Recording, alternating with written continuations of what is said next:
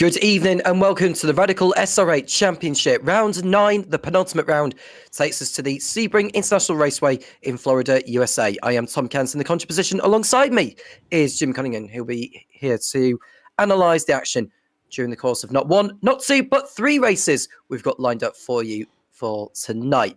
Let's have a look at the scores on the doors as we're around about 2.5 minutes away from qualifying reaching its conclusion. We look at the Pros Championship and we look at the top that is occupied by John Hutchison, who is at the top there with 295 points. In second place is Eric Harmon with 289. It's Luke Maxwell in third place on 275. Jack Vesey in fourth on 273. And Matthew Richardson in fifth on 257. It's like it's going to be one of those 5 becoming champion by the end of next week's finale at Monza. Then we've got the likes of Luke Tunison, who's the outside bet on 211 points. Then we've got the likes of Mike Busson, Terence Vosberg, Paul LeMay, Paul Crabb, Jamie Bird, Daniel Beauchamp, and Josh Reed, all having scored points so far. We look to the AMS. And look at how close it is. Menedigroff is 16 points clear over Eric Colleen, 157.141. There's a further 8 points back to find Gert-Jan Polman in third place. Dave Rolliston fourth on 109. Steve Webb in fifth on 104. And it's Stefan Millis, the last driver, in triple figures in sixth on 103. Michael Cho, Darren Nunn, Mike Mann, Richard Williams, Ben Gregory, Mikko Lecco, and Mike Walters all on the board as far as we know. And in terms of the calendar, we've been to 8 rounds so far this season. We didn't compete last week, what would have been the Sebring round, so that's been pushed back by a further week, the same for Monza. But we've been to Alton Park, Zolder, Sonoma, Road America, North Schleifer, Interlagos, Mount Panorama in Bathurst, and Road Atlanta. Tonight is Sebring, and next week, on the 12th of January, will be the season finale of the historic configuration of Monza. Let's get a word with Jim and have a word and find out more about this racetrack and what he expects to see during the penultimate outing in the Radical SR8 Championship for Season 6. Jim, good evening and Happy New Year. Good evening, Tom. Happy New Year to you, and hope you had a good holiday season. Well, it's Sebring, man. I think we're going to see a rough racetrack that beats these cars up, and the track itself could cause some problems along the way. But I think in the end, it's going to be fantastic racing. Sebring tends to bring that to the table, so I think that's probably what we're in store for her right as qualifying is ending. You see Luke Tunison getting a little practice in on his launches there as qualifying wraps up. Qualifying is done and dusted. It's John Hutchison who bags the first point of the evening with pole position. The man alongside him for race number 1 is the only American driver in the field, Eric Harmon. Then we've got Jack Vesey and Paul Crabb on the second row, and it's Terence Vosberg who's chasing his first win of the season alongside Mike Busson. Luke Tunison, the same objective for him. He's got Matthew Richardson for company. Menedigroff is the highest of the AMs in 9th alongside Luke Maxwell. Eric Colleen in P11 ahead of Gert-Jan Polman. On the 7th and final row of the grid are Steve Webb and Stefan Millis. Yeah, I think we're about lined up here. Well, we still got a few to go.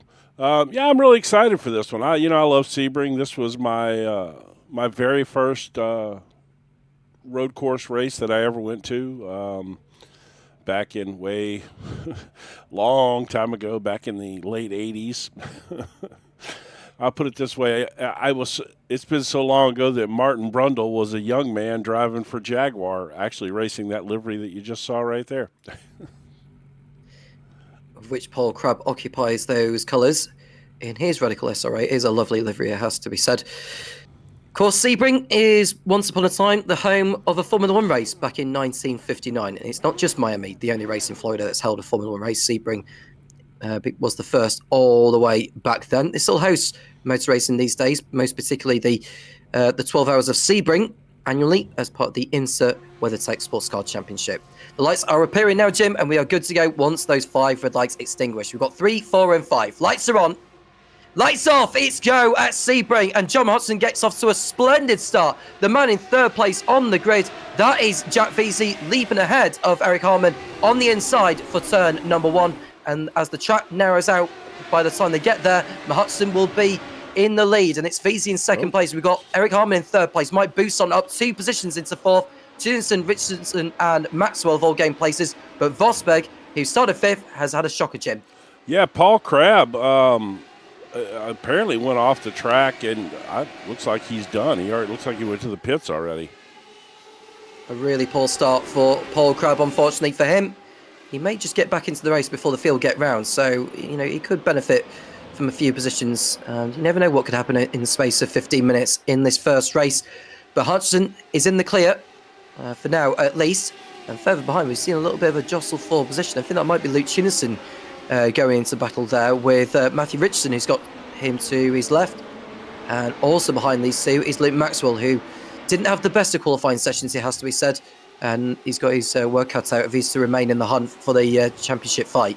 I'll tell you what, Matthew Richardson, as I was sitting here, loading all our graphics and stuff up, getting ready for the race, Matthew Richardson was very fast in practice. John McCutcheon never really did turn too fast of a lap in practice. He turned a good qualifying lap, but Richardson was fast for the whole practice session. He was up to the top of the board.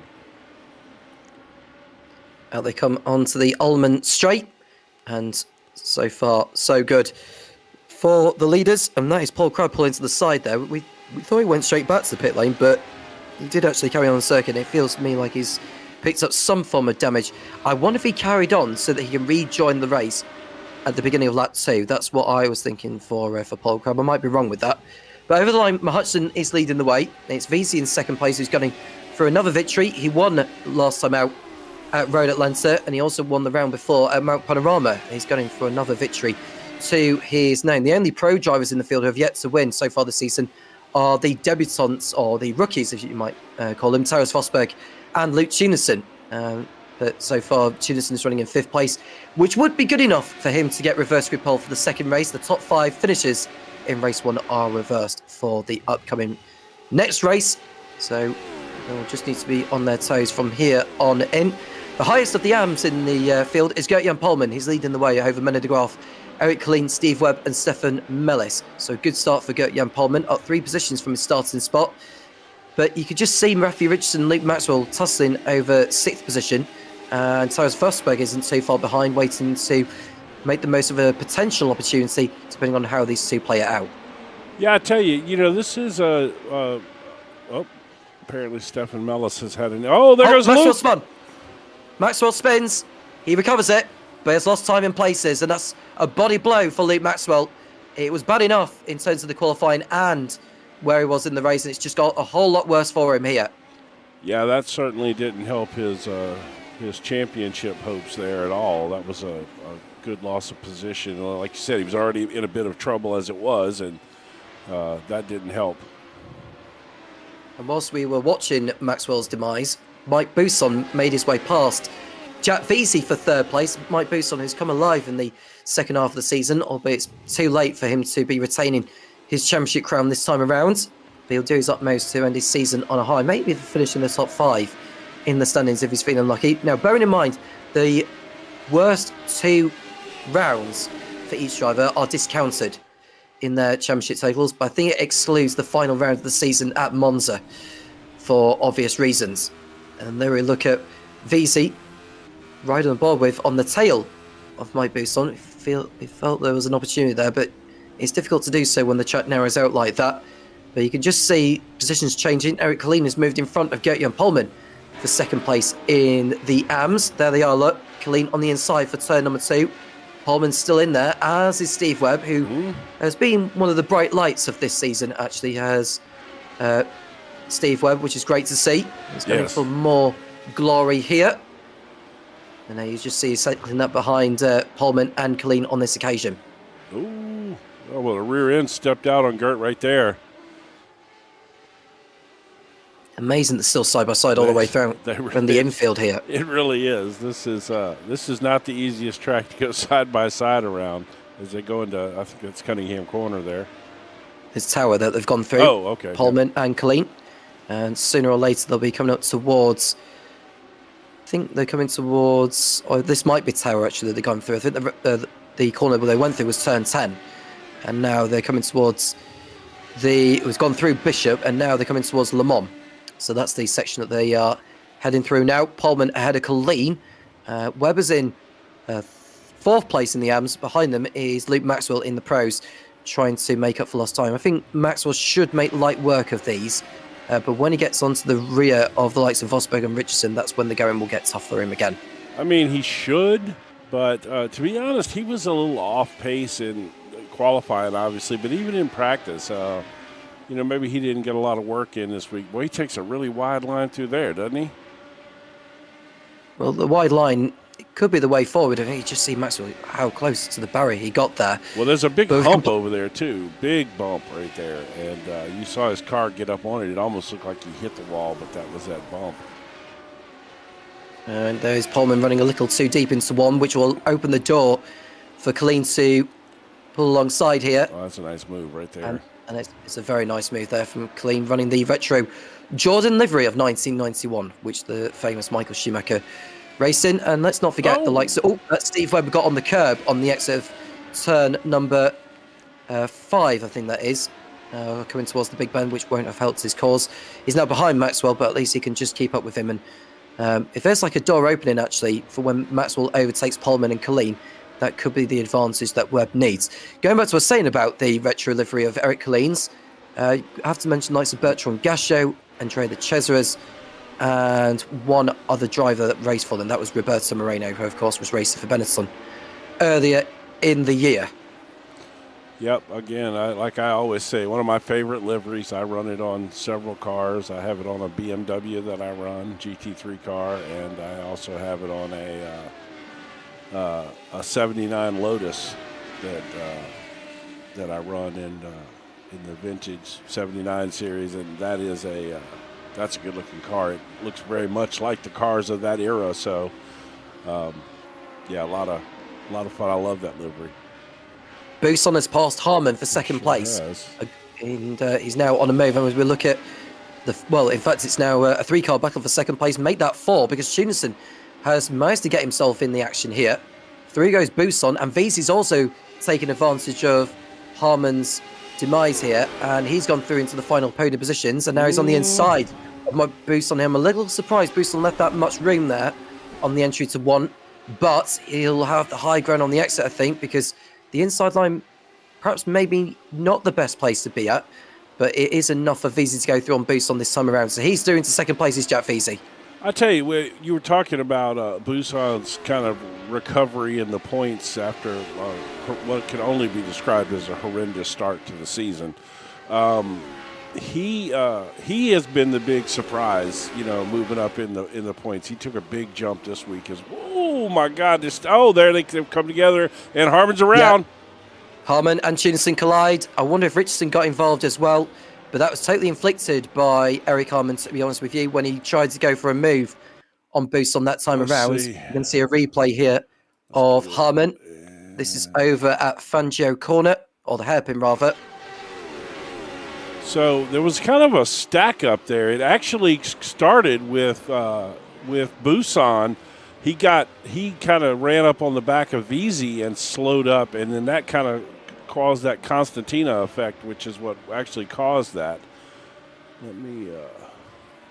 Let's take a look at it. I have to take my word back a little bit there because I think Harmon was unfortunate, but yeah, if you watch here from the overhead, you can see Buson kind of stacked him up, and then Harmon slung it in there, and just it's one of those things.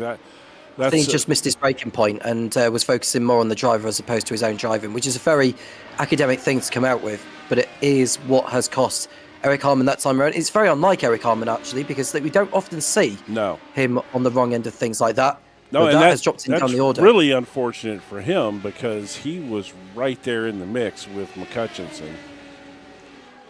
And then we look at Vizzi and Buson going toe-to-toe again for second place. We're now on lap number 6. We're just around about 5 minutes to go. So I think we've got 3 more laps of this first race here. Hudson on his way to another victory this season, which would take his total to 5, I believe. He came into this round with 4. The driver with the most wins is Eric Harmon, of all people, with 5. Hudson will go level on it on wins with him this season as it stands. But Buson is determined to make his way back into second place. He won the last round at Road Atlanta. He won at the round before at Mount Panorama. Those are the only victories he's picked up this season. But I think, judging by the way he's going about things here tonight, I think he is destined to pick up another win here, don't you think? Well, he's certainly going to be in contention. As the championship tightens up, though, this is kind of the time when guys like McCutcheon just seem to find it, and can close out that season and close out those championships. So it wouldn't surprise me at all to see John win 2 of the 3 tonight. And to be honest, if Eric Harmon can recover a few spots here and get himself, he's a long ways from the second race pole. So, yeah, he's going to probably struggle tonight just a little bit. That really set him back there because he's going to end up starting in the back of the second race as well. Paul Crowe has rejoined the circuit. He'll just want to get a feel of the racetrack before race number 2 gets underway. That 3 goes boosted on the inside at the Sunset Bend. VC isn't having any of it, though. That bump on the outside is not going to really help him, I don't think. But he has kept his foot in there, and Bousson is going to have to allow him the inside for turn number 1 on the penultimate lap of the race now. That's a tough spot VZ's in right there. That's not a good line. Yeah. No, it's not a good line. You're right. And Bousson has got his nose in front. Unless VZ can keep his nose at the inside, he's not able to do. And Bousson is through into second place. A great pass there from Mike. Yeah, that's not a good line at all for to take through turn 1 there. You carry too much speed in there to be that tight to the wall that early in that line. Looks like Vosberg has had some sort of incident here. Let's see what happened to him. Didn't really talk about him. Is this with the Harmon incident earlier? Oh, I guess that's the Harmon incident. Yeah, I guess it was. Okay. That's weird how it showed up so much later than that other one. But anyway, so he didn't really have one. He just kind of slowed up. He's continuing on his way, has Harmon. He's down the field in 12th. And he will get another go of it in race number 2. Will come through the field nicely, actually, Will Harmon. He's got the pace clearly to do it. The driver who'll be on reverse grid pole is Taras Vosberg, who has yet to pick up a win this season. He has an opportunity to do so from where he is at. And the same with Luke Chinnison, actually, although he will start 6th place as it stands right now. Menedegraaff on the tail of them, on course for victory in the AMs once again. The man who's leading the AM stand-ins coming into this. Yeah. Put a firmer grip on the championship. Eric Colleen is just a few points behind him, not far at all.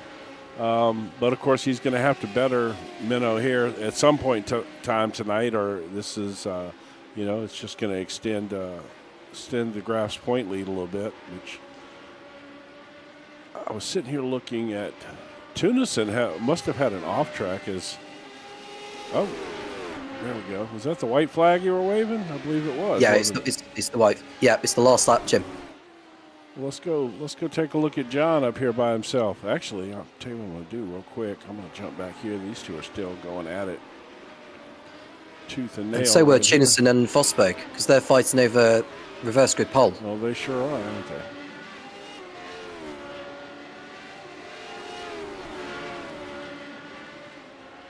We'll catch up with John in a minute. And there are these two here. Luke Maxwell has got by Steve Webb, Gert-Jan Polman and Eric Colleen. He's now up into 8th position, which is where he'll line up for race number 2. He's too far back from Menedegraaff to do anything about him. So we don't expect him to make such a leap forward. But John Hudson with a 4-second lead on course for win number 5 in season 6. Yeah, this would be a let's see where he's at. This would be a big move right here if Tunison can get by Vosberg and take that pole for the next race here. He's not far away from victory now. Is John Hudson, the Flying Scot. Here is on the Ullman straight now for the last time. Bousson is just about holding off VZ off here, but he is coming towards Sunset Bend. This will be the last opportunity for VZ to head on through. He is, but we'll stay with John Hudson for now as he's coming out the last corner here. John Hudson has driven a brilliant race again here and taking a giant step closer to the title. John Hutchinson takes the first race win at Sebring. A terrific drive again. Buson just holds on ahead of VC for second place, and Matthew Richardson gets fourth ahead of Taras Vosberg, who will be on reverse grid pole for race number 2, with Luke Cunningham sixth, and Menedegov taking the honours in the AMs, ahead of Luke Maxwell, Eric Colleen, and Gert-Jan Polman, who round out the AM podium. And we just wait for the likes of Steve Webber's gone over the line, Eric Harmon, Stefan Millis, and Paul Crabb.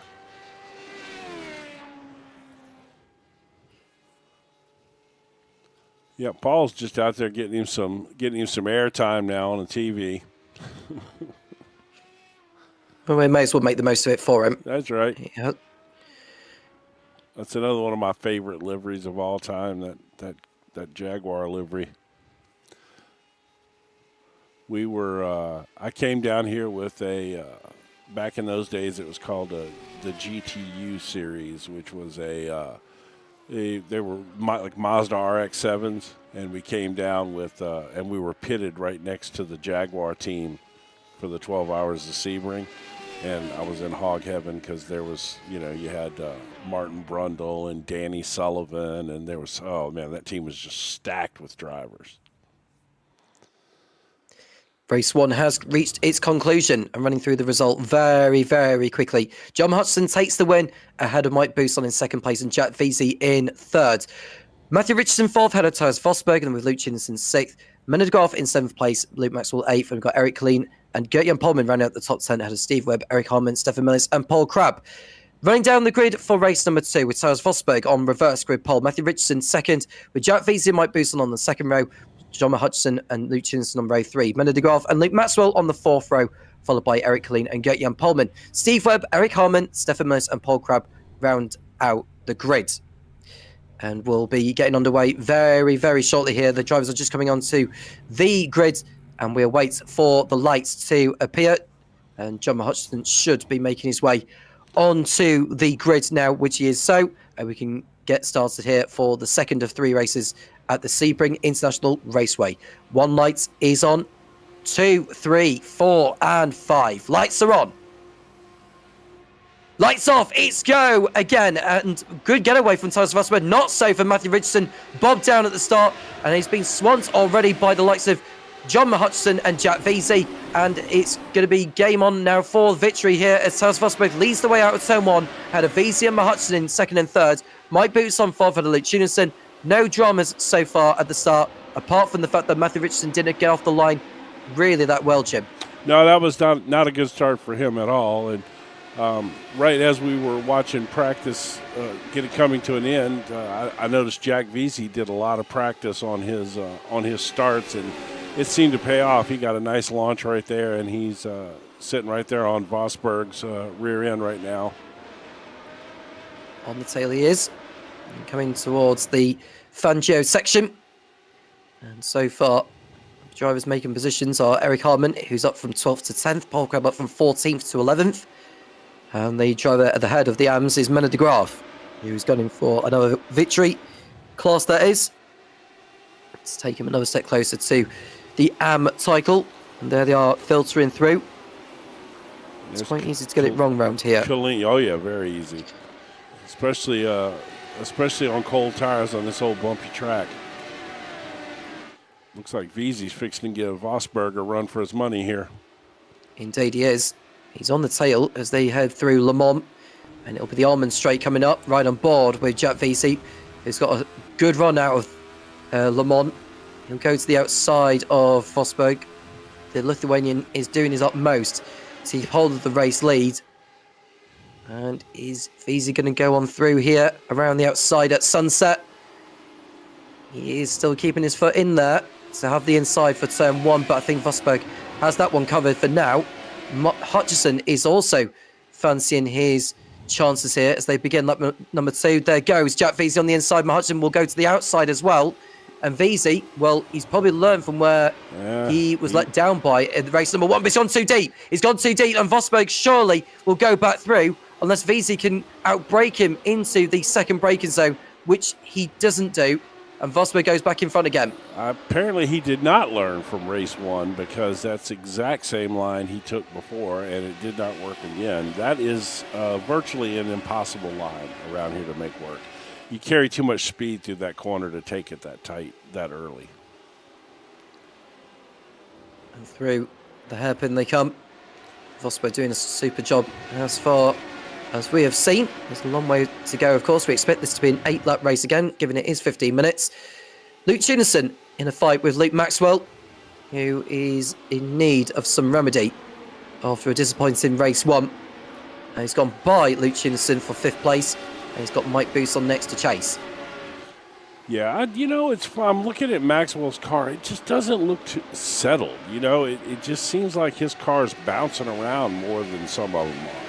I don't know that really was part of the problem from before, but his car does not seem settled into the track as much.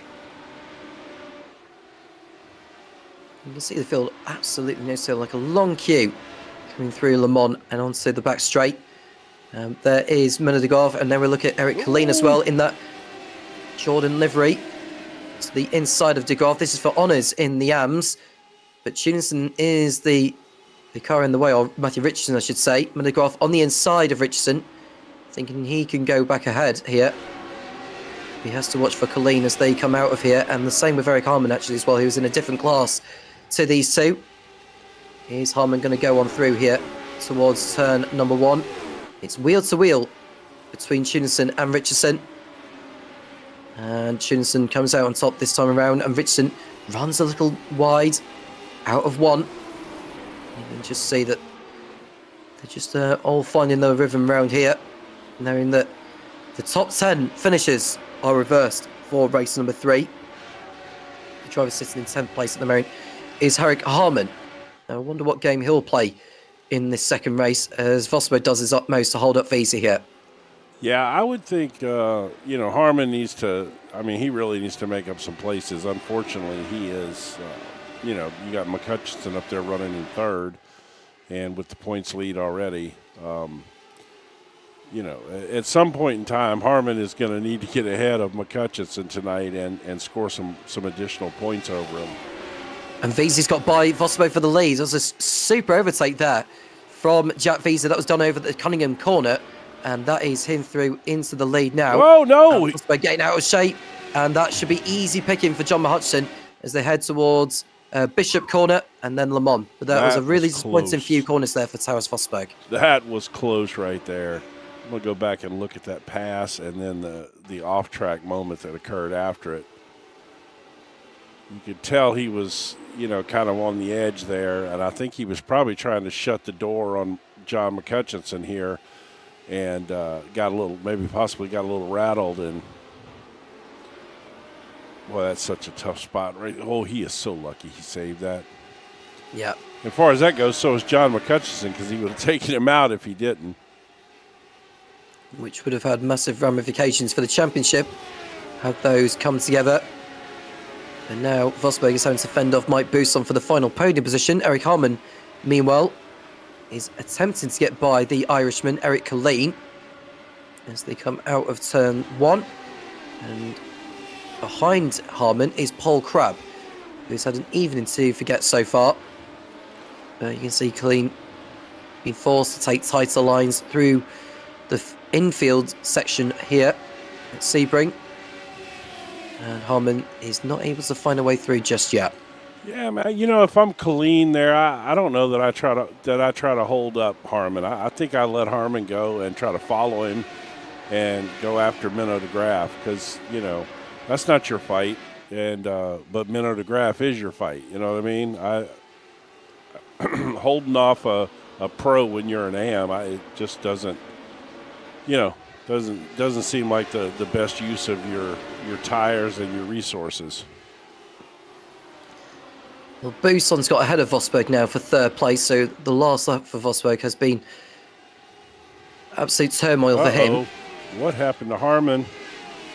Harmon had a spin. I think it was over at the hairpin.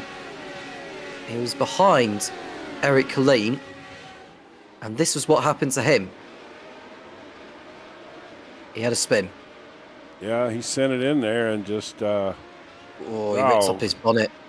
That's twice tonight. His bonnet has come off in that exact same spot. Oh, man, that's talking about a night to forget. Championship on the line. Is feeling feisty as he chases after VZ for the lead here. It was right on the gearbox of him on the entry, but I think on the exit he had to get out of it and just go after him, as he has been doing since he got by Vosberg. You can see the field on nose to tail here, so it's not like one driver has a distinctive amount of pace to another. Any of them can really come away with a victory. And Vosberg and Tunis, as I've already mentioned. Oh, somebody's around in the back. That's Richardson. That's Matthew Richardson. It's Richardson who's spun. It's continued. But now he's left himself with even more work to do. Yeah, not the best rejoin either. He got really right in front of Geert-Jan Polman and slowed him right up. I mean, the saving grace for Richardson is that he's now in a potential reverse grid pole if he was to remain where he is in 10th place. Yeah, and which there's still plenty of time left in this race. But, yeah, I mean, more than likely he will be somewhere up near the very front of that field. Well, there are the leaders. Bousson and Vosberg in third and fourth. Man, was it the angle? It looked like Vosberg almost got into the back of Bousson there. Could be the angle, but they've been this close for some time now, the leaders. As we come towards the last 6 minutes of this race, VZ is ahead of Hutchison. Now with half a second in hand, I don't think Hutchison's going to be that close to attempt to go for a move at sunset. We'll see how VZ decides to play this one. I don't think there's any point for Hutchison to go for it. Yeah, he has got enough time for a better opportunity to come around. Maybe on the last lap is where he is thinking of it. And lap 5 is done. So they ride the bumps on the exit of sunset to begin lap number 6. And Maxwell and McCutcheon, he's, I mean, I'm sure he's worried about winning the championship and everything, and so a good second place finish here is not going to be horrible for his championship hopes, especially given where what's happened to Harmon tonight.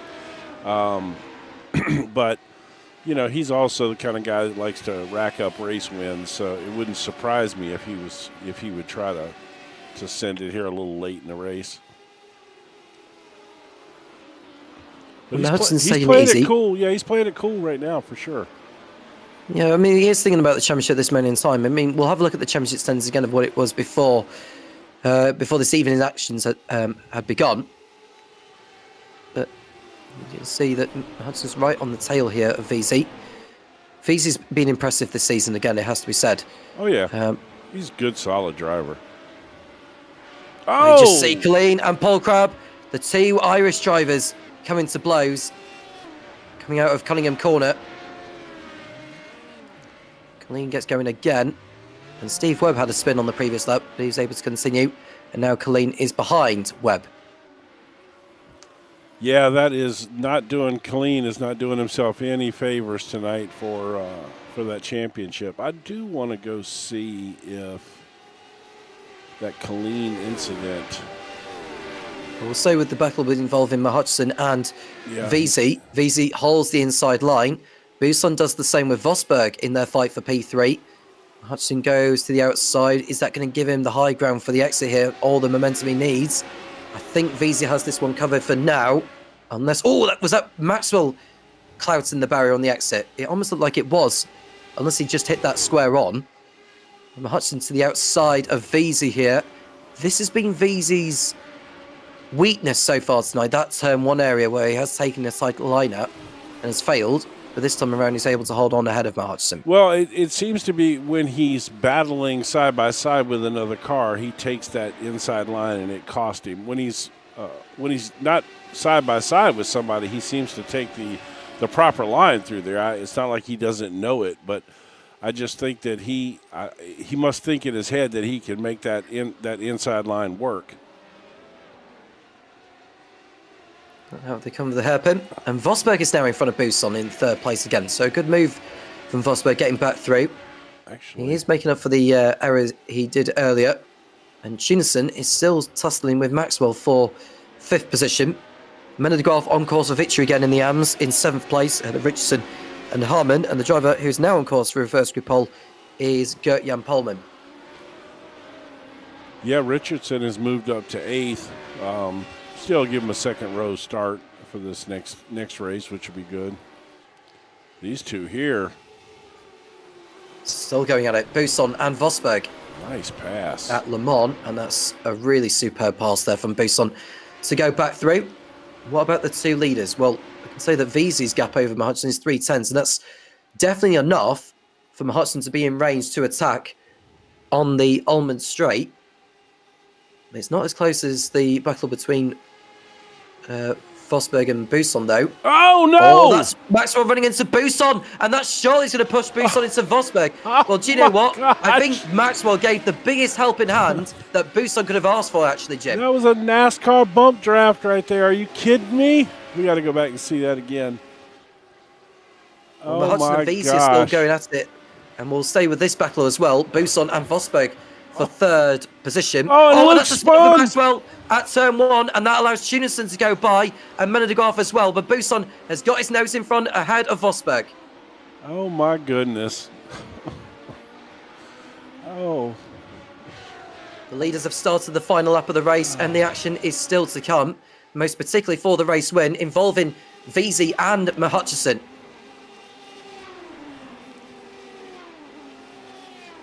Man, what a... I so want to see that pass again before we lose it, but... Oh, that was great. He hit him and just shot him right by Vosberg. There's not long left in this one, and there are the leaders. And Vosberg, I think, will happily take a 4th place finish, but he want that 3rd place back again. After being on reverse group pole earlier, the first victory will have to wait for another race at least for the Lithuanian, but 3rd place is still up for grabs at the moment. And there is Vosberg going to get on the inside for the entry to the Ullman Straight. Vosberg and Buson. Buson hangs it out, and I think Vosberg will have to get a run on him. But that entry there into the Ullman Straight was not great. No. But we'll stay with these two, and I think Veazey's done enough to take victory unless Mahutson makes a last gasp dive into the last corner of Sunset. But I think Veazey's going to hold on here ahead of Mahutson. Out of the final corner they come, and it is Jack Veazey who is going to win again in the Radical SR8 Championship. He takes the victory in race number 2 ahead of the Scot. And it's Mike Buson in 3rd place ahead of Taras Vosberg. Luke Chinninson in 5th place. Mennedegraaf victor again in the AMS ahead of Luke Maxwell, Matthew Richardson, Eric Harmon. And the driver who will start on reverse group pole is Gert-Jan Polman. Okay, real quick, I'm going to go and see if I can see this before it kicks out. Here it comes. Is this it? That's Buson on Vosberg. That was so close to contact. No, and that Maxwell was spinning in the before it. background. Okay, hold on. No, I got to go back a little further.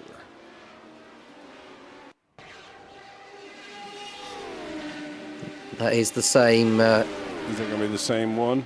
It's going to be the same one, yeah.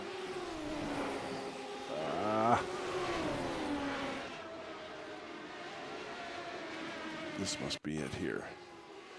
Yeah, there it is. See? There it is. That's. I don't think Buson could have expected that kind of bump from Maxwell to help him. No, go by I tell you Vosberg. what needs to be said there is Buson's ability to hold on to that car and not wreck it. Oh, we lost it. That was it. To not be able to wreck that car when he got that all of a sudden, that huge launch. I thought it was going to send him right into the side of Vosberg and wreck both of them, is what I thought was going to happen. And then, but not so much. But yeah, wow. That was entertaining to say the least. At the end of another brilliant race, in race number 2, Jack Veazey takes his 4th win of the campaign by a very small margin, 2/10 to be exact, on John Hutchison. Mike Buson back in another podium in 3rd place, ahead of Taras Vosberg and Luke Chinninson. Mennedegraaf victor again in the AMS in 6th place, ahead of Luke Maxwell, Matthew Richardson and Eric Harmon having disappointing races there again. Gert-Jan Polman Finishing in 10th, second in the AMs, and on reverse grid pole for race number 3. Stefan Miller's ran out the AM podium ahead of Steve Webb and Eric Killeen. Paul Crabb did make it to the end, albeit just under a minute off the race winner. Yeah, so my takeaway from what we've seen so far is Eric Killeen's championship hopes have sure taken a shot in the rear this evening. That has not been a good night for him at all.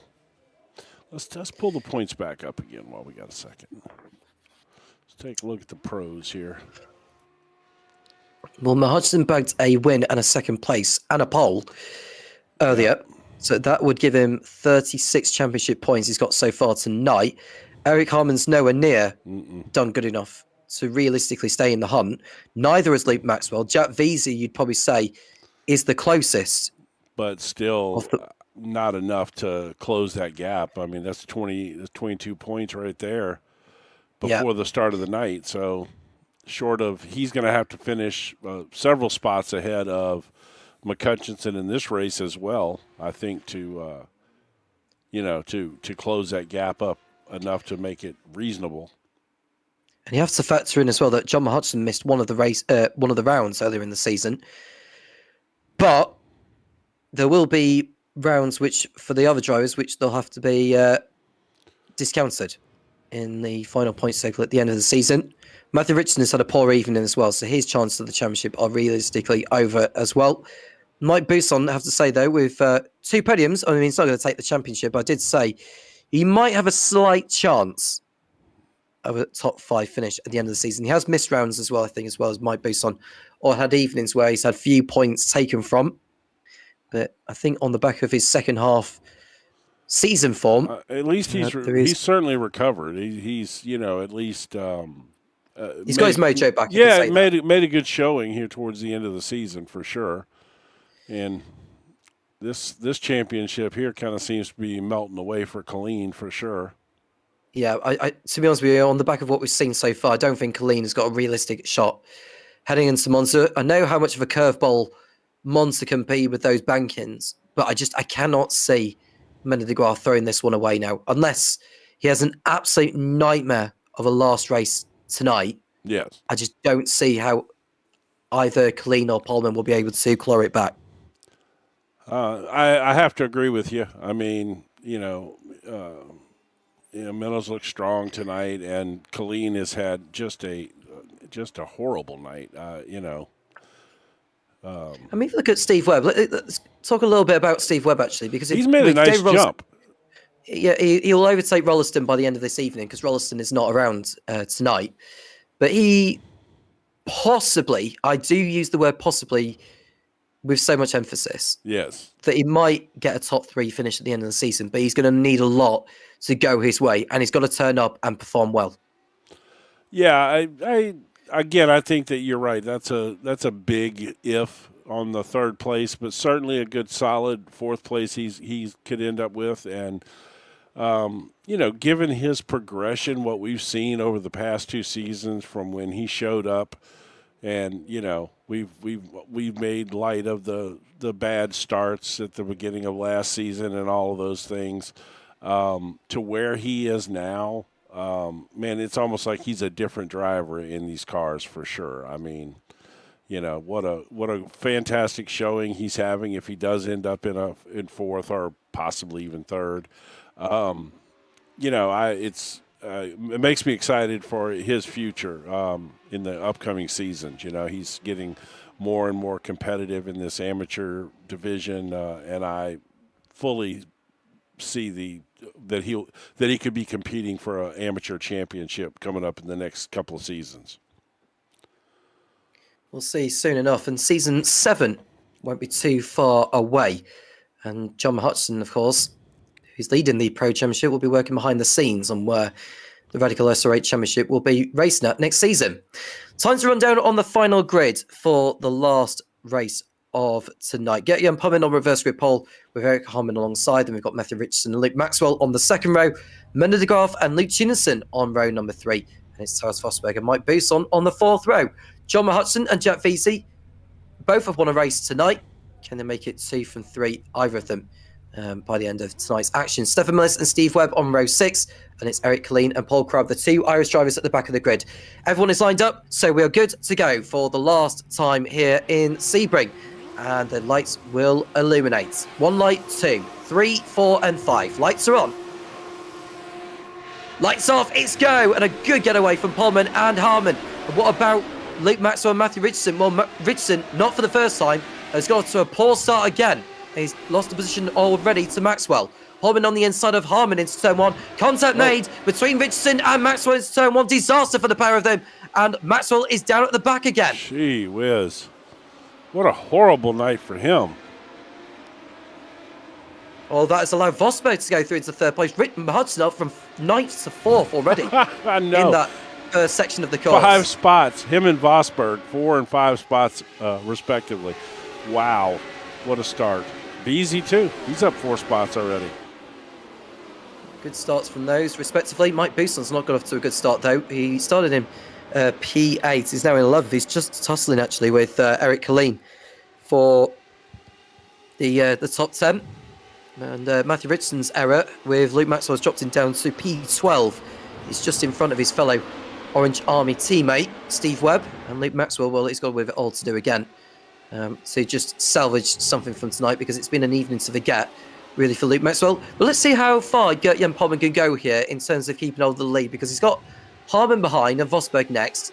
I want to see an AM driver just get the railroads out a little bit with these, because whilst I respect Pullman is not exactly on the same pace as the pros, I want to see what he can do. Yeah, I mean, I don't disagree with you there, excuse me. But I also think that Eric Harmon needs to get his elbows out here and get out there in front and get away from McCutcheon before. Oh, Jim. Paul Crabb in the barrier on the exit of Le Mans, and that's his wretched evening over and done with. Unbelievable, huh? What a horrible night for Paul and Luke Maxwell. I don't know what contributed to that, but either way, it's game over for Paul Crabb for this evening. Just cuts away there in the battle for. I think Eric Harmon's going to go through into the lead. I think Paul Crabb's just going to get on the curb here and lose it. Yep. Yeah, he got on the curb and dropped it. And Harmon's through on Pullman for the lead. Harmon has got by, but Pullman isn't giving it up.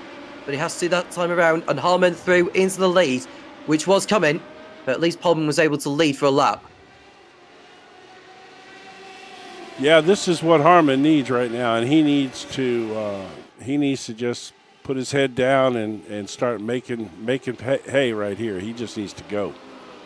Let these guys fight behind him, hold McCutcheon up as much as he can, and try to recover a few points here. Many de Graaf and Luke Chinson, the 2 Dutch drivers, are fighting over 5th place. They are in different classes to each other, but given how this race has played out so far, it is anyone's game. And Vosberg is doing his utmost to get by Gert-Jan Pullman to go through into 2nd place here, but Pullman isn't exactly making it easy for the Lithuanian, but the Lithuanian does go by now. I have to say, this is the best performance that we've seen from Vosberg other than at the Nürburgring. Oh, McCutcheon. Well, you can just see Hudson running wide there. Pullman nearly... but he got him. He passed him.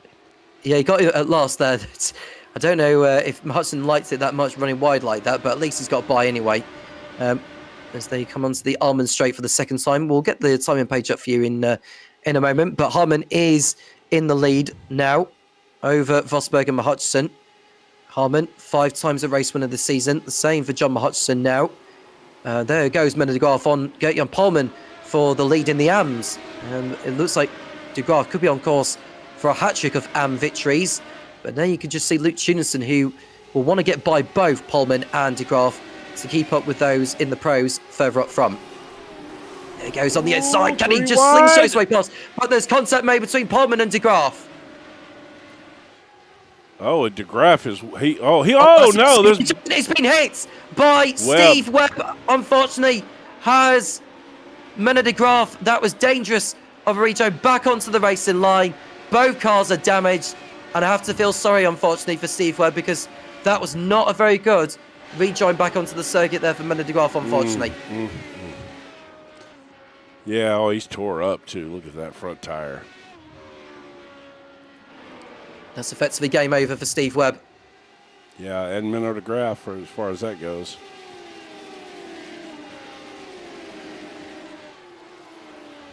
Well, that will open things up actually now in the AM fight, won't it? In the championship, because we were talking about that earlier. It's great news for Eric Colleen and Gert-Jan Polman.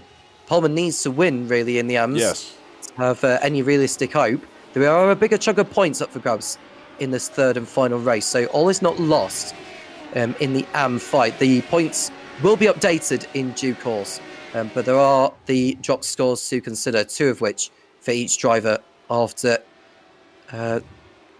all the rounds of this season.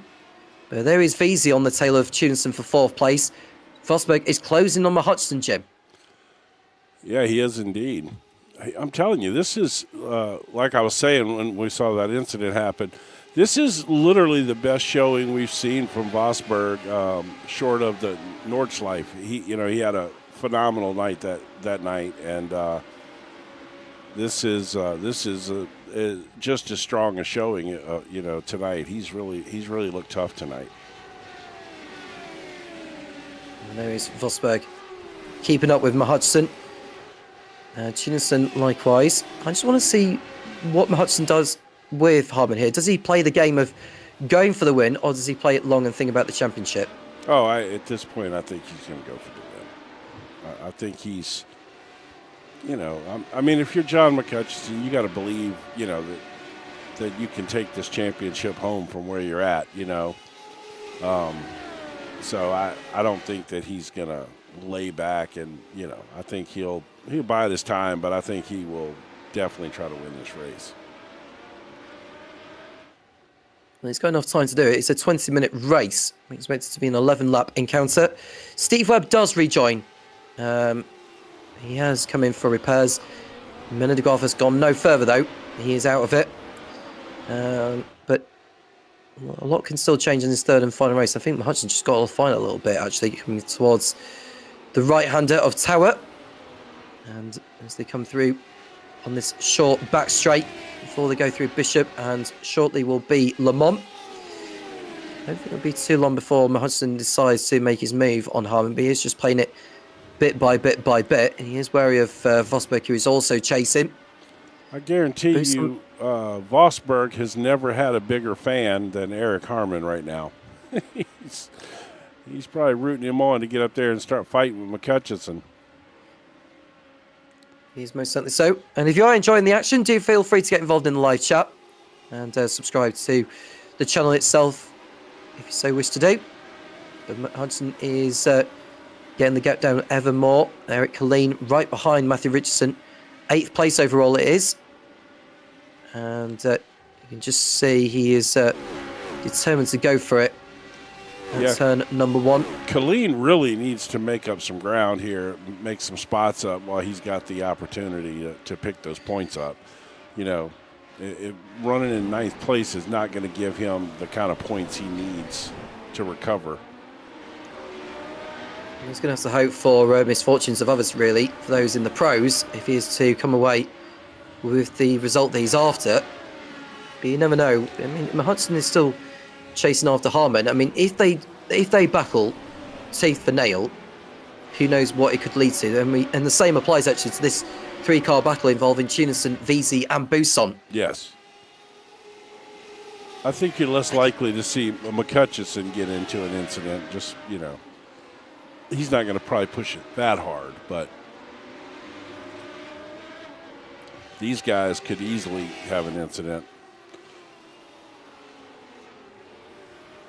We're absolutely enjoying life out there, though. This is the kind of battling we've been after. Mendegraaff does rejoin the race. Good. So that, he's down in 13th, though. Now, 13th position would give you... It would give you 9 championship points.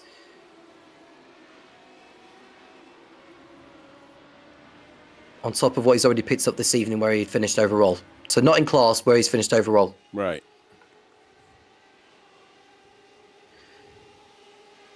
Just out of curiosity, what would 9th place give Colleen? 9th position would give him 13 championship points. Yeah, see, that's That's not enough to make up for what has already happened tonight. You know, he needs to finish 6 or 8 spots ahead of him if he can. You know. Well, Hudson's going through on Harmon by the looks of it. He had a sniff towards turn 1, did the Scott, but Harmon is able to hold his nerve for now.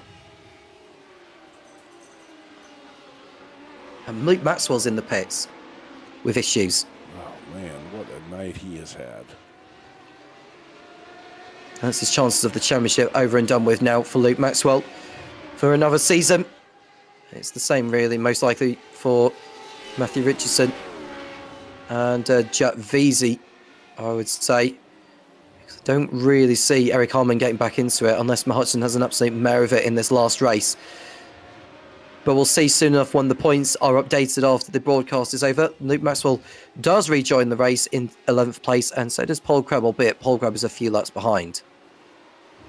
Yeah, boy, talk about a miserable night. Man, some guys have really had some bad nights here. Crab, Maxwell, Colleen up till this race. And Chinson needs to get a move on here with Visa here. If he's going to go for the win, well, Hudson's passed Harmon now for the lead. He's done so just as they were going through Le Mans corner. And there goes Hudson into the lead. Can Harmon fight back here, though, and get a run out of the right-hander onto the Almond Straight? It doesn't look like he got the run he wanted. And now he's got his mirrors full of Vosberg.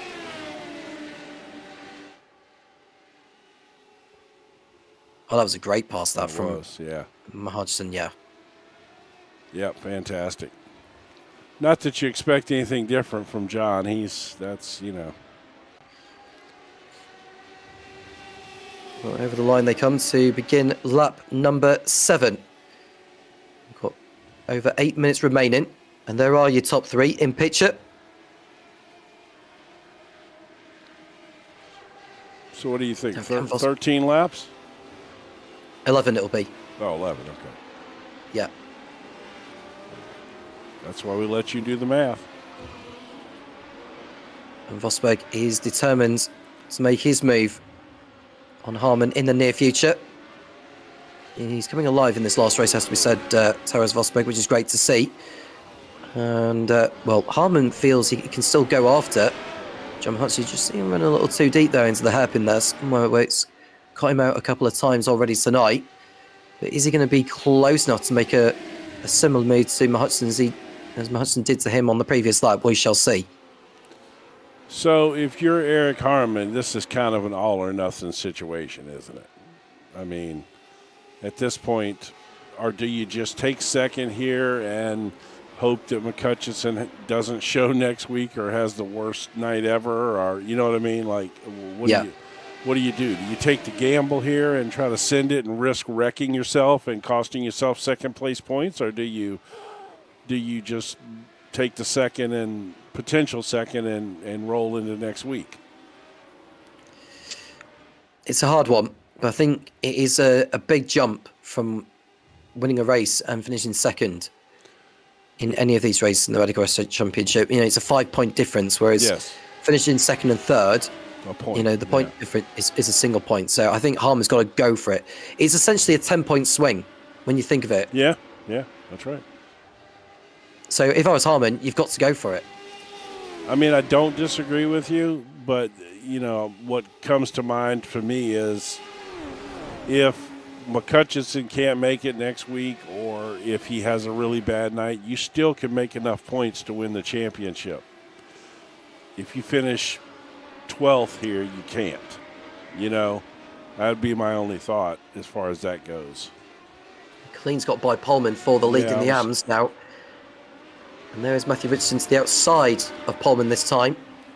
He's gone through. Well, Colleen needed that big time right there. That's huge for him. He really needs that, and he really needs an incident to occur in front of him with some of these pros to give him a couple more spots. Which it's good to see for Colleen. I'm, obviously love that livery and everything, but he's had a strong season. He started out, he was, at the end of last season, he was, decent, and he's really had a strong showing this year. And, Now he's worked his way up into second place in the championship. Yeah, he's done most certainly. He's had a good year. Good season. Has Eric Colleen. Yeah, he has. We'll see soon enough what he'll be doing next season. I don't think season 7 will be too far away. I think given the turnout we've had, average-wise, keep it going for sure. I think Monza could be a big one. Oh, I love that. I'm so excited for that. It's so much fun. Oh, man. Maxwell has had another issue. I'm not even going to. We'll let that one go for the evening. Poor Luke, man. What a rough night for him. Gee whiz. We just want the evening to be over now and done with, really. You can just see Tunison and Veazey tossing it out still for 4th place. Yeah. Here goes Veazey on that short inside line. I mean, I think it's going to be okay because he had a big enough gap there, but man, boy, he likes that line. I just don't like that line at all. And I'm pretty decent around Sebring. It's one of my better tracks. Oh my gosh, Luke has crashed again. Well, Luke has gone off once more. Has the Brit. Well, we won't. No need in rubbing salt in that wound. You can see Tunison now falling into the clutches of Mike Busson. He's had a fairly good evening again. Yeah. I think even a 5th place finish wouldn't necessarily change the fact that it's been a good race this time around for Busson. He had hopes for a lot more than this.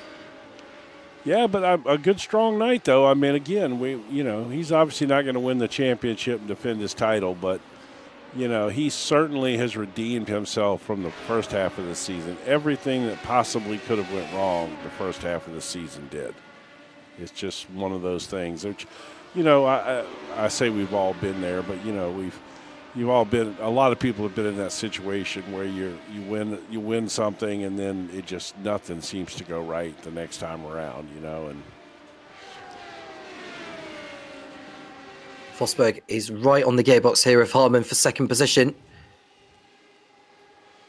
Harmon's not able to do anything about Hudson up front. No. And what does Fosberg decide to do? Can he get a run out of Sunset and head through into Harmon's 2nd place? going around. Harmon spins. Yeah. He cracked under pressure, did Harmon. Did he end up in the wall or did he just avoid it? I think he just avoided it. I think he might have just avoided it, but you could just see it. I was starting to say he's loose there, and then it just kept going. Wow. Well, that pretty much is championship done for him, I think.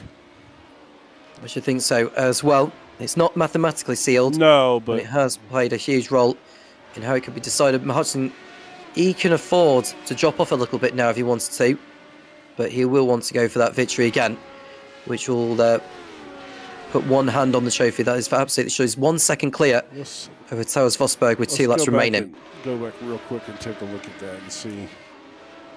Yeah, he just cooked it in there. I think he missed it. He kind of backed into the entrance of pit road, which, I'm surprised he didn't pick up some kind of like black flag for some kind of weird pit entry thing or something there. I've seen that happen. Nothing adds insult to injury worse than that.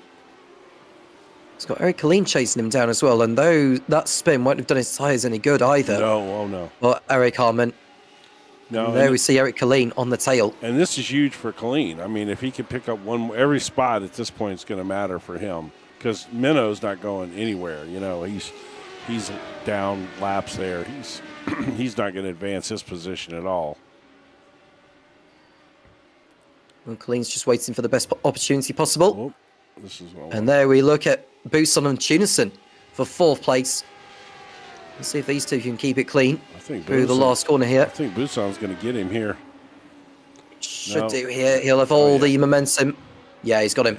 He's got him, I think. Has Mike Busson all the way around the outside. And that move was coming all along. And Busson's race has got better. And he's now up into 4th place. And he can go after Jack Veazey and potentially another podium finish.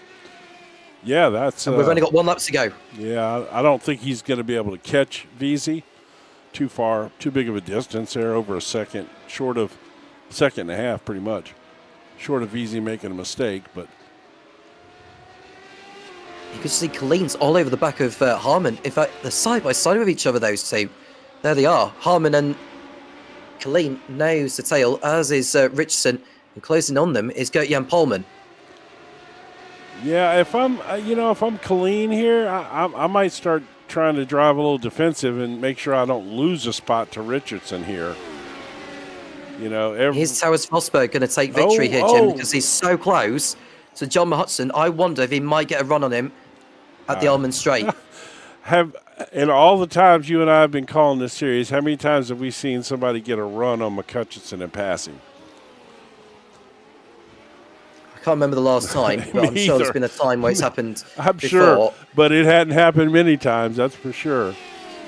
It's usually come down to when Hudson makes a mistake and he drops back. Yes. But Vosberg, can he really get a run on? What a great showing for him tonight, though, man. What a great He's been show. brilliant tonight, hasn't he? Yeah. As Vosberg. And Hudson's exit onto the Almond Straight wasn't great. And Vosberg could slingshot his way round the outside and snatch victory here. But either way, it's been a solid evening's work for John Hudson. After a disappointing season 5, this performance tonight has put him on the break as Vosberg goes to the outside. Can he He's going to turn it gain all in. the momentum? He's going to turn it in, but I think Mahutson's going to hold on here. It's going to be a drag race to the line. John Mahutson wins again, win number 6 in season 6 for the Scot. Towers Vosberg, great effort to finish in second place with Jack Feasey on the podium, with Mike Bousson holding off Luke Chinson to the flag. And then we look at Eric Harmon, who is going to hold off Eric Colleen to the line here, with Matthew Richardson 8th, Gert-Jan Polman 9th, and it's Stefan Mears, Luke Maxwell, Steve Webb, and Amanda de Graaf, the rest of those to finish. Well, that was exciting. Safe for nail. Yeah, I mean, that's a kind of night that a guy that's a champion like John McCutcheon shows up and delivers. It was tight coming in. There was questions here and there, and he just comes in and takes care of business, man. That's what else can you say about that? Wow. It's the first time he's taken 2 victories on the same evening since he won the opening round at Alton Park. So he is really, really on the verge now. And he's only dropped a total of 5 points this evening. And that was him finishing second in race 2. So on the back of that, he'll have collected a whopping total of 61 points from this round alone. That's how you win championships right there. That is how it's done. Man. Let's have a look at the result of the final race here in Sebring. And it's John Hudson who takes victory again. Towers Vosberg coming the closest to his first win. It'll come one day for sure. Jack Feasey 3rd, Mike Bousson 4th, and it's Luke Tunison and Eric Harmon. Eric Colleen is the winner this time in the AMs, with Matthew Richardson 8th, Gert-Jan Polman 9th, and Stefan Mears running up the AM podium in 10th place. Luke Maxwell making it to the end. It's been a disappointing evening for him, as is for Steve Webb. Amanda de Graaf, we thought he could have a mare in this final race, and it proved to be.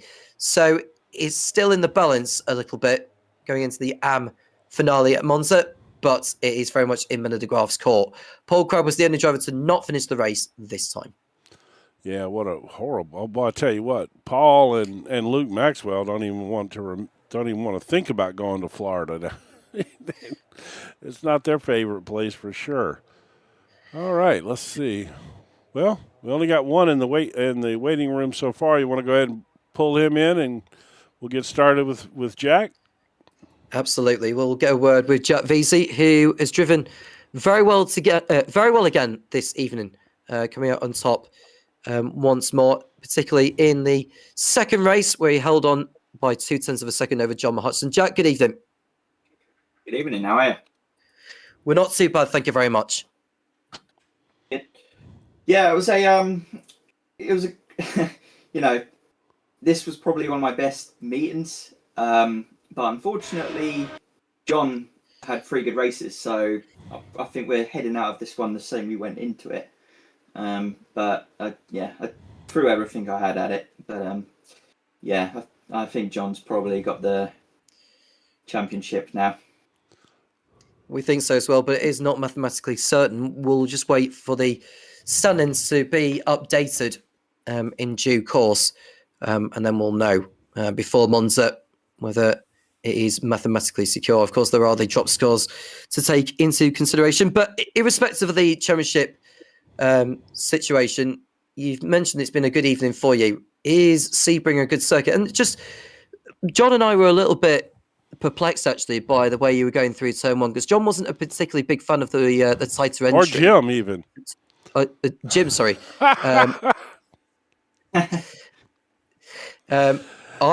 We were both not. We were a little bit puzzled by that. I always take an extremely tight line through that. It just works best for me. Almost scraping the wall. Which I'm not. I don't. Just to clarify, I don't think that that's the bad part. What I saw was when you were running in side by side with another car, they would make that strong move to the outside to give them that big wide swing, but you wouldn't. You would kind of stay where you were already at, which gave you an extremely tight line, a tight entry. And then, of course, you'd like the tight center through there, which really kind of pinches you off, That's more what I was talking about. Not I take the same line that you do through the middle of the corner, which is practically scraping your mirror on the wall there. Yeah. The thing is, it's when you're side by side, it's so hard to judge how close the car is on the right or how far away they are. Sure. So I probably there was probably like 10 to 20 feet to my right, but because it's such a quick corner, I just play it safe and just keep tight. Right. Avoid contact, really. Yeah. Do you run, but just out of curiosity for the sake of knowing, do you run triples or do you run a single monitor? Or? I run triples, but even with triples, it's a little bit difficult when they're sort of exactly side by side to judge how far they are. Right. I have got a keybind to look right, but nobody ever uses that. I've got one on my wheel too, and I literally never use it. Yeah, I use it now and then. I've got triples, but even with triples, it's a bit difficult to judge. So I just kept it tight, just to avoid any potential crashes and stuff like that. Even though maybe it did slow me down a bit. I just, in those couple of spots, it only happened, I want to say it happened once in race one and once in maybe race two. And both of the times when I mentioned it, you certainly didn't gain the position. Either you maintained or lost a position in that spot just because you were so pinched down that you just couldn't, you couldn't carry the momentum that you needed through there. But I definitely understand why you would do that in that situation. Yeah, especially I think most of the time. Especially when you do like that super inside line, through the middle of the corner. Which, like I said, I get that because I run that same line. Yeah, it kind of worked out for me because a lot of my overtakes were through T1 tonight. Were they? So they would be driving quite tight as it is, and I'd sort of, give them a sense of false security. And then I'd go extremely left, like close to the wall. So I think it worked in my favour. There you go. And a lot of the times it was a tight line. It was normally from an overtake rather than me defending. So did you change the paint scheme up this week? No, I've had the you run the Ferrari one all season. Oh, yeah. The McLaren one that I had, it was glitched. The graphics were glitched on the car. Oh, okay. There was like random triangular spikes and stuff. So you gotta watch out for the random triangles. That's bad. Yeah, I'd rather be running that livery. It does look better, but I just had to switch because it wasn't quite working out on the car for whatever reason. Oh well, so congratulations though. You did have a good night, like you said. McCutcheon showed up tonight, and he took care of business for sure, and it's gonna make it tough for anybody else, but. You still had a very strong season. I guess this is your second full season in this league now?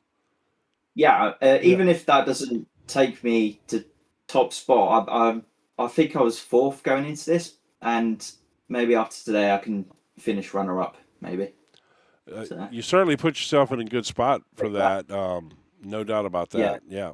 So congratulations. Anyone else shout to before we let you go, Jack? Just shout out to my family who are watching and you guys for the broadcast. Excellent. Well, Jack, thank you very much for speaking to us. Another victory in the bag for you, just as it was at Road Atlanta and the round before at Mount Panorama. And best of luck for the season finale at Monza. Okay, thanks, guys. Thank you very much. Let's get a word with the man. I think it's the first time or the second time this season that we've spoken to him this season.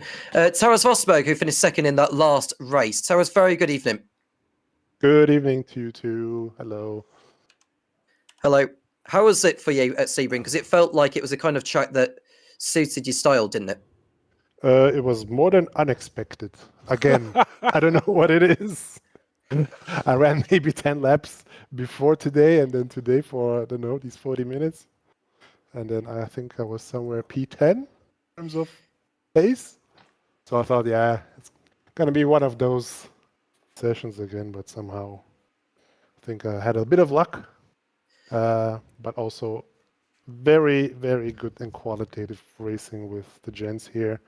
Shout out to everyone I raced today. It was very clean, and it's also very surprising how in each session it was someone else and it was the same standard. So just loved it. I'm completely in sweat now. Need to go shower before bed. You know, we talked obviously earlier this year. If I'm not mistaken, it was at the Nürburgring at Nordschleife. You've had your moments. Some tracks that didn't suit your style or whatever this season, but I have to say this and the Nordschleife are the two that stand out for me as, your strong nights. I mean, you were strong tonight in every race. I thoroughly enjoyed tonight. Let's say it was completely unexpected, and then I was able to hold on to the quick guys and really have some decent fights. And yeah, I'm leaving with a big smile on my face. That's today, good. So. Yeah. Well, it's been it's been fun having you in this season, and we of course after we sorted out all the name and flag issues, we got all that worked out. It's good to see you having some good nights, and as the season comes to a close, because I think you've been a great addition to the series, and I'm certainly hoping that you come back next season and for sure. continue to grow in this group. This is until we don't have daylight savings, it matches perfectly, and then I need to check. But I think next season is still covered, so that's great. And how would you sum up your season so far with one round remaining? Has it been a season where you've improved more and more and more each week? Because I remember the first round at Alton Park, I think there were signs of rustiness, I thought, from you. But when we got to the second round at Zolder, we saw a different Vosberg to the one we saw at the season opener. We thought, this guy. I think I need to stay off the wine and the cocktails after dinner. Really? Okay. Being tipsy is a bit too much even for this car. So. Okay. I like that. But have you enjoyed it so far, though? But so far, I think I've improved. I think I've kind of gotten the grasp again of this twitchy car, let's say, but twitchy in a fun way. And let's see where the next season takes us. Hopefully in Willow Springs, so I will have the first opportunity to buy it. But let's see. Yeah. You better start working on talking John into putting Willow Springs on there. I already had one comment already put in the chat, so let's hope this shout out serves as the second one. And let's hope I would even like it. So I've seen it on, I don't know, some kind of American YouTube channels, and it looks fun. So I don't know. Well, Willow Springs is the track they used in Ford versus Ferrari. If you've seen that correct, movie, that's where the track where they showed Ken Miles passing away at was Willow Springs. Okay. Yeah.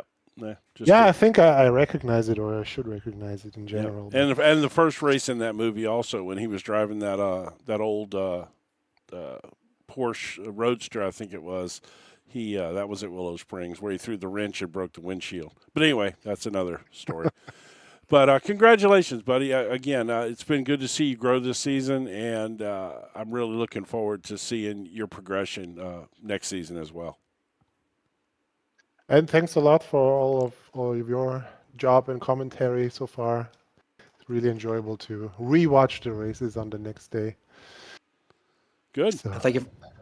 And thank you very Keep much it as up, well, Taras, and and have a well nice done on evening. your performances this evening. thank you. Bye-bye. All right, buddy. That was Taras Fosberg finishing in second place in that last race. Of course, there were his drives also in races 1 and 2. And now we'll speak to the man who is the, let's just say, champion-elect on the back of what we saw this evening. John, good evening. Good evening, guys. Hope you had a nice Christmas and a good New Year. We did. We did, actually. I got myself a nice snooker cue, actually. believe it Oh, or not. nice. But on the racing side of things, I think it's safe to say that, you look like you were back in the groove. It's like the old John Hutchison that we all know and love. Thanks. I like round here. It's hard work, and both races I won. It was tough right to the very end. A couple of wee mistakes in race 3 towards the end nearly cost me, but I managed to hold on. And we were just speaking a little bit about next season, actually. Have you started the works in regards to where we're going to for next season, and also about entries and things like that? Not yet. I'll think about it this week. Been Christmas and New Year. I've just switched off for a couple of weeks. But one track that is Willow Springs. I think people want to do that, so we'll give that a go. Yeah, Towers was just mentioning that to us yeah. before you came on. Yeah, a few people have mentioned it, and I actually meant to have it in the schedule this season, but there's a story behind it which I won't bore you with. So we'll have it definitely next season. Well, Monza. Sorry, yeah. go on, Jim. No, I was going to say that'll be an interesting one and different, which is always fun to bring in maybe some tracks that the guys aren't super familiar with. That always makes for some interesting racing. But yeah, Monza next week, man. That's going to be. We know how much fun that place is. Yeah, I was just talking to Jack about it before I came in there. Yeah, it's last season we had 3 good races, if I remember. There wasn't too much carnage, but the season before there was a couple of 7-8 car wrecks. So, but they weren't where everybody thought. Everybody always thinks it's going to be on the old oval part, but that's not where it happens at. It happens where the straightaway gets cut and split down the middle. Aye, it usually happens going down into what do you call it, 2 right-handers. Oh, the usually Lesmos? happens. The Lesmos? The 2 Lesmos, yep. It usually happens going down into there because it kind of a kicks to the left and you can get through it a little bit and something can happen. But well, fingers crossed everyone gets round safe and enjoys it. That's the main thing. And we've enjoyed this season as well, John. I know we've still got Monza to come, which, as always, is a curveball. But, considering, obviously, last week it was postponed because of the number of entries that were around this evening, which is understandable with it being the Christmas period. But what are maybe you expecting for Monza? Many signed up, 26. I'm hoping for 26 next week. Can you imagine 26? It's screaming down into them. Guaranteed carnage if there's 26. Can you imagine that drag race? I think Jim knows that all too well from his NASCAR duties. I think he's going to be in for a treat if we do get 26. Oh, I love that. I love that. I love that track. I love these cars on that track. It is so much fun. Well, Steve Webb has donated a steering wheel, and we're going to have a NASCAR race for anyone that wants it. I think there's 5 people interested in it, so you 2 guys are more than welcome to join in and have a race with us if you want. I'll let you know the details once we get it finalised. Oh yeah, do that now. I'll have to break out my old oval wheel for that now. Yeah, you're more than welcome. I got some NASCAR experience there. I don't mind doing a little oval racing. About hip checking. Say it again. I'm sorry. Saying a bit of hip checking. Oh yeah. That's I'm all about that. I'm ready. Let me know. I would love to participate in that. That'd be fun. I never get to drive with you guys, and plus if I was to show up or one of these, practices or something, I'd be so out of my league. You guys are so much faster, but I might be able to hold my own on a NASCAR track. Yeah, it'll be Daytona or Talladega, the easy ones, but it's just flat out. I some- want to get you on Le Mans Ultimate there in a GT3 car. Can't race them. What do you drive? You drive prototypes? LMP2. Oh, okay, yeah. Are you doing? Are you going to do the any of the stuff coming up on iRacing, like the Roar before or the 24 Hours of Daytona? Any of that stuff? Yeah, we'll be doing the Daytona 24-hour. I think there's 5 of us signed up so far or want to do it. So, nice. Fingers crossed. Yeah, should be good. All right, John. Well, congratulations again. You showed up like a champion tonight, and that's what champions do, man. When things get tight towards the end, guys, show up and they perform, and that's what you did tonight. You showed up and you took care of business. Okay, thanks very much, Jim. Thanks, Tom. Thank you very much, John, and well done this evening. And hypothetically speaking, I think you will become champion, providing you do actually turn up next week. I'll be there next week, definitely. Definitely. All right, buddy. Thanks again.